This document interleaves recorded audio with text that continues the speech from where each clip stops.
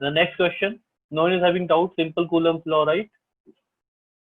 Okay. Next question. Okay. No, let's do it afterwards. Yes, this one.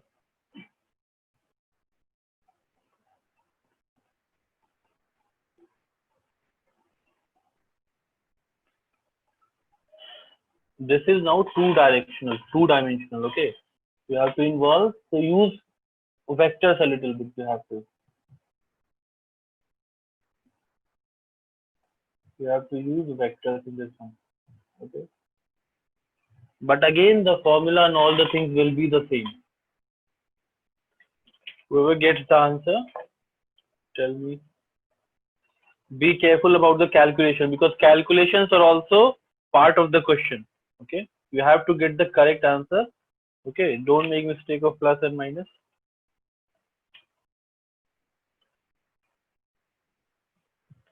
Yes, Anisha, what is your doubt? Tell me. You can write me. Repeat this question theory, please. Okay. See, I'll explain this question, okay? Until now, whatever we have done, I hope that you must have got. We have done simply, we have applied Coulomb's law, right? Now, the same thing can happen in two dimensions, like this question, okay? I'm explaining this question, and then you have to do the calculations. That's it, okay? So here, there are two charges, Q1, whose magnitude is square root 10 microcoulomb, okay? This mu is micro. And the other charge is negative 25 microcoulomb, okay? So they are placed on the x-axis at x is equal to 1 and x is equal to 4. Okay. So always, okay, I have an answer from Devansh. Okay. Devansh is saying C. Let's see. Okay. Devansh said C. We'll see the answer.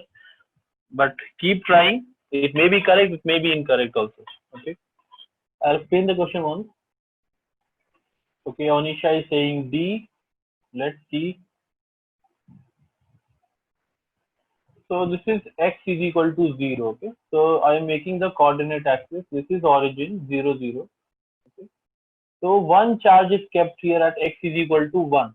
That is, okay. So here the charge q1 is placed and x is equal to 4. That is around here. Q2 is placed. The charge kept here is square root 10 microcoulomb. This is positive charge. Okay. And this one is negative 25 microcoulomb. This is negative. Okay. This is what? This is 1. This is 1. And this length is what? This x is equal to 4. So this is 4. Okay. Fine. Now you have to find the electric field at what point? At the point y is equal to 3 on the y-axis. That is this point. Okay. This is y is equal to 3. So you have to find the electric field at this point. Okay. Magnitude and the direction. So what you have to do, simply you put plus 1 coulomb there. Okay. You put plus 1 coulomb charge at this point. Plus 1 coulomb I kept. Okay. Now this q1 is positive. So obviously it will be repelling it in this direction, right? It will be repelling it in this direction. Like this. Okay. This is the direction in which the charge q1 will repel that plus 1 charge at your so that plus 1 charge is called test charge. Okay, the name given to that is test charge.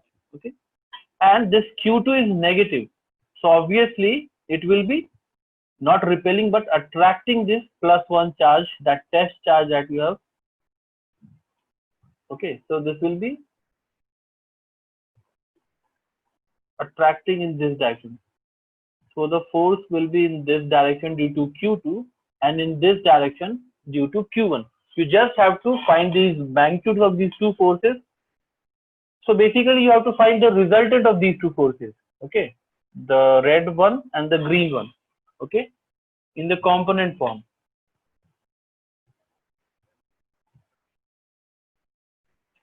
Okay, Devansh is okay. Option A is also. So some students are saying A, some saying C, some saying D also. Okay, B is remaining. Someone is having B also. So I hope the question is clear. Now try. You just have to find the resultant, and to find the resultant, what to do? Find the magnitude of this force, and then component. Take the component. Let's say for the green one. For the green one, it is in this direction, right? It is in this direction. So you break it into components in x direction and y direction. So you break it into this and in this direction. Okay, y and x components you can write in I and j form. Okay, so okay, and this one, the other one also, you have to split into components like this. For this one, the x component will be in this direction and the y component will be in this direction. So break both the forces into components in x and y direction, that is in I and j form, and then add them like we add vectors. If someone is having problem with doing components or how we add vectors, please tell me. I'll explain a little bit about that also. If someone is having difficulty understanding the components and how to find the resultant, because this is standard 11 thing, right? So we can't discuss here, but still I can, briefly explain it if someone is having problem.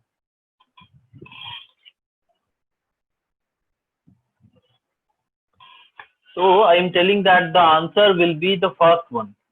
Okay. So the students who have not got one as the answer, please try once again. Okay. This one is the correct answer. We'll see how, but try a little bit more. Okay. The first one is the correct answer. So Devansh, I think, gave the right answer. Yes. Yes, Devansh. Correct. Your option is correct. Option number A is the right answer. Other students, please correct your mistake. Fine. So see, if I put a +1 charge here, +1 coulomb charge you put here, right? So now this Q1 is repelling it in this direction. With what force?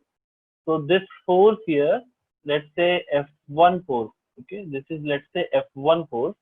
So the magnitude of F1 is what? K. K is what? 9 into 10 to the power 9. K.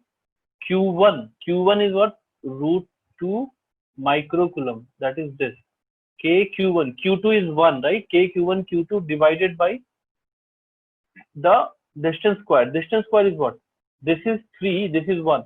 So this is hypotenuse. Okay, so that is 3 square 9 plus 1. So that is 10, right? So this is the magnitude of that force F1, right? Similarly, I'll try to, let's say this force is F2. The magnitude of the force F2 is what? F2 magnitude is again K is what? It is constant into Q1 is what?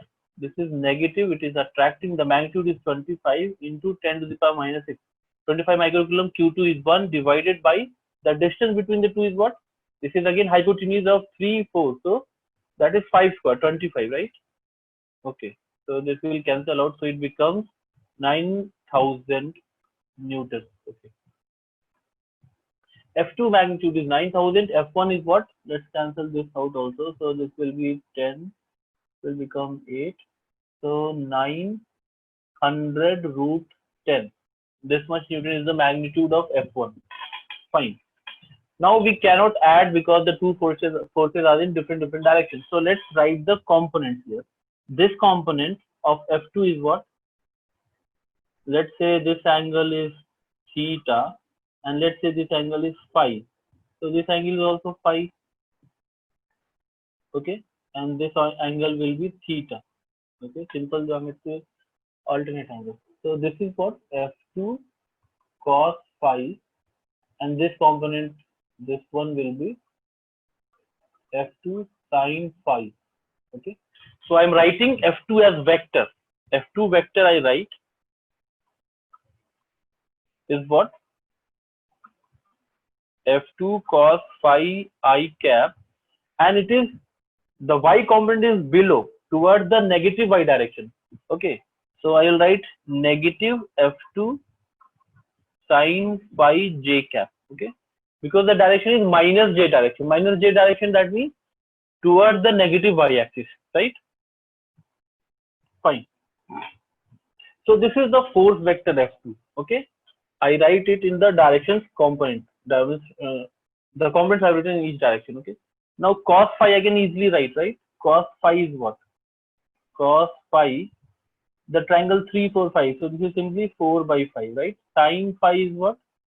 From the triangle it is 3 by 5. F2, the magnitude of F2 I know, that is 9000 Newtons. So simply I can say F2 cos phi is what? Okay, so let's write the value here. Cos phi is 4 by 5 P cap minus F2 is what? Okay, 9000 3 by 5 J cap. Okay, so now you can cancel it. So this becomes 7200 I cap minus 5400 J cap. So this is the force vector F2. Fine. Similarly, I'll do the components of the force vector F1. Okay. So F1 vector, if I try to write, F1 vector is what? F1 vector has this component as what? This one will be, I hope it is visible, F1 sine theta. And this component is what? F1 cos theta, but it is in the negative x direction, this direction. Okay. So F1 I can write negative F1 cos theta I cap. Okay. Why negative? Because in the negative x direction it is. Okay.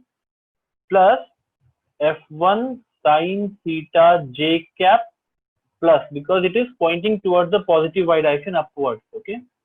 I know the value of theta. For this triangle now, this theta I can say cos theta is what? Cos theta is equal to, okay, this is 1 upon the this hypotenuse length will be square root 10, 3 square plus 1. Okay, so this is 1 upon root 10. Sin theta will be what? 3 upon root 10. Fine. So, and F1 I have already 900 root 10. So, negative 900 root 10. The value of cos theta is 1 upon root 10 I cap. Okay.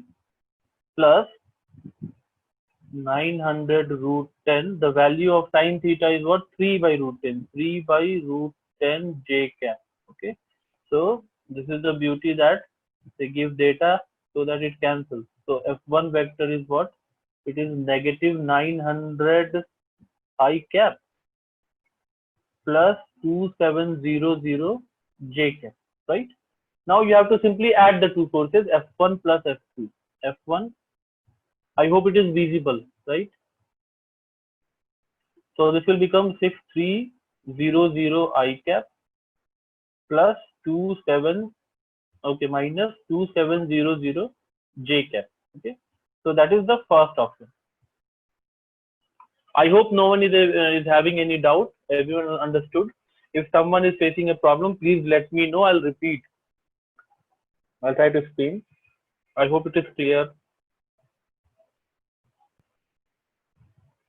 Okay, let's do one more question. Okay, so now this was, so see, the questions are easy. Maybe it had some calculation, but it can be done in a very small span of time because the figures are such that they cancel out. Okay,